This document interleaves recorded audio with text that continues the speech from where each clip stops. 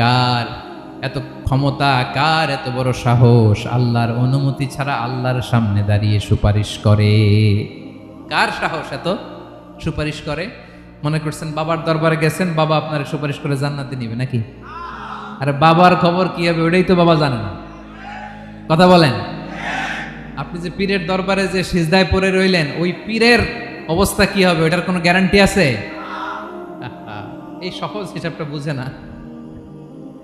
আপনি যেই দরবারে যে মাথা ঘষেন, যেই দরবারে যে সেজদা দেন, যেই দরবারে যে মানত করেন, যেই পীরের পায়ের মধ্যে পড়ে থাকেন, ওই পীরের অবস্থা কি সেটাই তো সে জানে না, ঠিক কিনা? কেউ সুপারিশ করতে পারবে না। তবে হ্যাঁ, আল্লাহ যদি কাউকে দয়া করে অনুমতি দেয় তাহলে করতে পারবে, তাহলে পারবে। সেই কিয়ামতের দিনটা বড্ড ভয়ঙ্কর, কেউ সুপারিশ করার সাহস পাবে না। আরে আমার অবস্থা কি আমি জানি না, আমি আবার কারোর জন্য সুপারিশ করব? কথা বুঝেন নাই?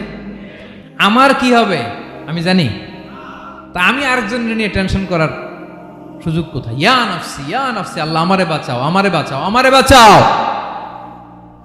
কাঁদতে কাঁদতে মানুষ হয়রান হয়ে যাবে, এ নাকি আবার আরেকজনের বাঁচাবে। বিশ্বনবী বলেন, বিশ্বনবী একবার ছাগলের রান খাচ্ছিলেন, রান খেতে খেতে বিশ্বনবী বলেন, আনা সাইয়্যিদুন নাসি ইয়াউমাল কিয়ামাহ, আমি কিয়ামতের দিন সর্বশ্রেষ্ঠ হব, মানুষের মধ্যে সর্বশ্রেষ্ঠ সেরা আমি বিশ্বনবী। আলহামদুলিল্লাহ পড়েন। বিশ্বনবী বলেন সেদিনটা বড্ড ভয়ঙ্কর, সেদিন কেউ কারো কোনো উপকারে আসবে না, বন্ধু বন্ধুর কাজে আসবে না, স্ত্রী স্বামীর উপকারে আসবে না, স্বামী স্ত্রীর উপকারে আসবে না, পীর সাহেব মুরিদরে বাঁচাতে পারবে না, মুরিদ পীর সাহেবরে বাঁচাতে পারবে না, নেতা কর্মীর পরিচয় দিবে না, কর্মী নেতার পরিচয় দিবে না, ভাই বোনকে চিনবে না, বোন ভাইকে চিনবে না, বাবা তার সন্তানকে চিনবে না, মেয়েকে দেখে মা দৌড়ে দৌড়ে পালাবে। বড্ড ভয়ঙ্কর দিন।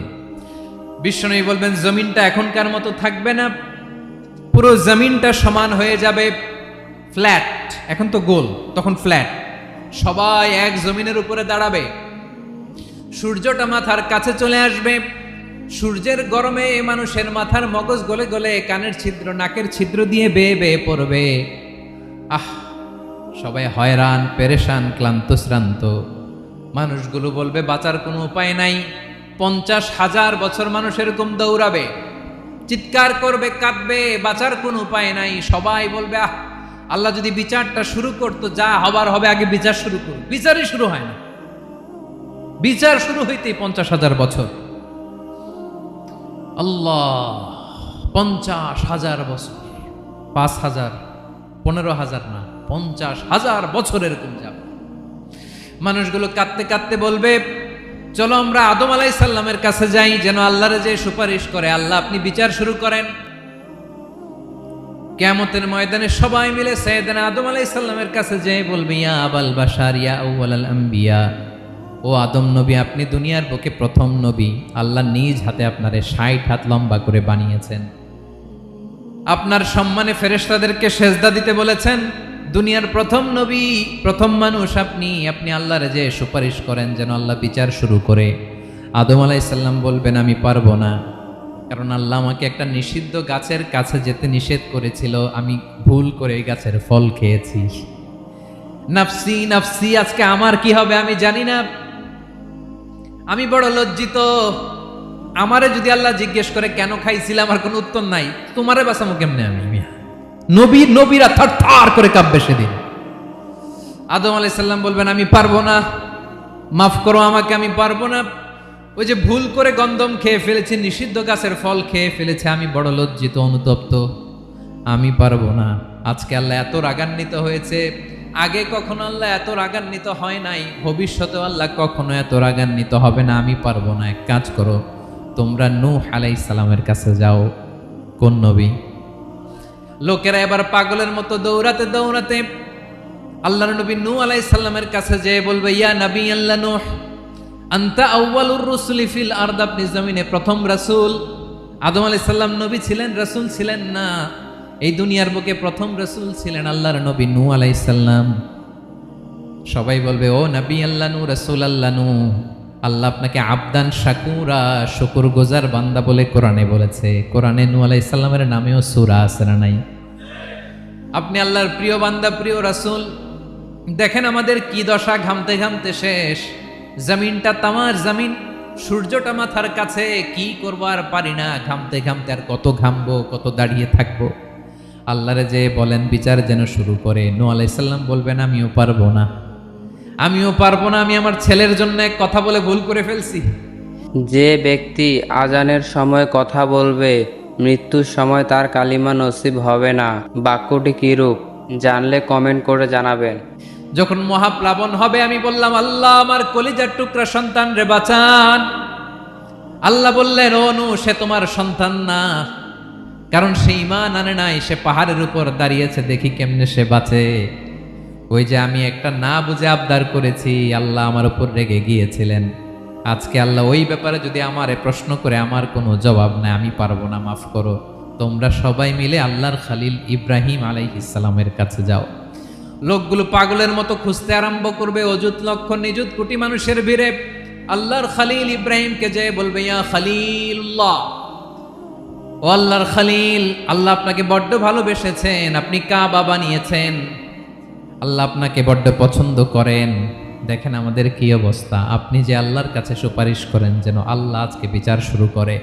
আল্লাহর নবী ইব্রাহিম বলবেন আমিও পারবো না, আমি আমার জীবদ্দশায় 3টা মিথ্যা বলেছি। কয়টা? আসলে মিথ্যা না, একটু টুইস্ট করে কৌশল করে কথা বলেছিলেন, ওইটাকে হাদিসে মিথ্যা বলা হয়েছে। আমি জীবনে 3টা মিথ্যা বলেছি, জীবন বাঁচানোর তাগিদে কৌশল করে 3টা কথা বলেছি। আজকের এই কঠিন ময়দানে আল্লাহ যদি ওই 3টা কথার ব্যাপারে জিজ্ঞেস করে, লজ্জায় আমি মাথা দেখাতে পারবো না, আমিও পারবো না, আমিও পারবো না। আজকে আল্লাহ এত রেগে আছে, আগে কখনো এত রাগে নাই, পরেও রাখবে না। তোমরা সবাই মিলে বনি ইসরাইলের নবী মূসা আলাইহিস সালামের কাছে যাও। সবাই এবার যাবে মূসা আলাইহিস সালামের কাছে, যে বলবে ইয়া নবী আল্লাহ মূসা, আপনি ছিলেন কালিমুল্লাহ, আল্লাহর সাথে সরাসরি কথা বলতেন। রব্বুল আলামিন আপনাকে তাওরাত কিতাব দিয়েছেন, আপনি যে একটু সুপারিশ করেন। আল্লাহর নবী মূসা বলবেন মাফ করো, আমিও পারবো না, আমি দুনিয়ার বুকে ভুল করে একটা মানুষকে মেরে ফেলেছি। আমি মারছিলাম আদব শিক্ষা দেওয়ার জন্য এক থাপ্পড়, এই থাপ্পড়ে যে ওই লোক মরেই যাবে আমি জানতাম না। আজকে আল্লাহ যদি জিজ্ঞেস করে কেন মারলা, জবাব আছে? ওই লজ্জায় আমি অনুতপ্ত, আমি পারবো না, আমার এই কথা বলো না। আজকে আল্লাহ বড্ড রেগে আছে, আমি পারবো না। তোমরা আল্লাহর নবী ঈসা আলাইহিস সালামের কাছে যাও। কিয়ামতের ময়দানে মানুষগুলো পাগল পাড়া হয়ে আল্লাহর নবী ঈসা আলাইহিস সালামের কাছে যাবে, যে বলবে নবী ঈসা আপনি রূহুল্লাহ, বাবা ছাড়া আল্লাহ আপনাকে বানিয়েছেন, ইনজিল কিতাব দিয়েছেন, মৃত মানুষকে আপনি জীবিত করতে পারতেন। আজকের এই কঠিন বিপদের দিনে আপনি আমাদের সাহায্য করেন। আল্লাহর কাছে যে বলেন যেন বিচার শুরু করে। ঈসা আলাইহিস সালাম বলবেন আমিও পারবো না, ইন্নী উবিদতু মিন দুনিল্লাহ, আমার উম্মত খ্রিস্টানেরা আল্লাহরে বাদ দিয়ে আমি ঈসার ইবাদত করেছে। আমার মা ম্যারি আর আমাকে ডাকতো জেসাস ক্রাইস্ট, আমার ইবাদত করেছে, যদিও আমি আমার ইবাদত করতে বলি না। ঈসা আলাইহিস সালামও ইবাদত করতে বলেছেন একজনের, তিনি কে? আল্লাহর নবী ঈসা আলাইহিস সালাম বলবেন আমিও পারবো না, আজকে আল্লাহ অনেক রেগে আছে, আমি পারবো না। তবে একটা পরামর্শ দিতে পারি, একটা সাজেশন দিতে পারি। আজকের দিনে এই কঠিন মুসিবতের কালে, এই কঠিন সময়ে কেউ আল্লাহর দরবারে দাঁড়িয়ে একটা টু শব্দ করার ক্ষমতা কারো নাই, একমাত্র আখিরি জামানার পয়গাম্বর বিশ্বনবী মুহাম্মাদুর রাসূলুল্লাহ ছাড়া।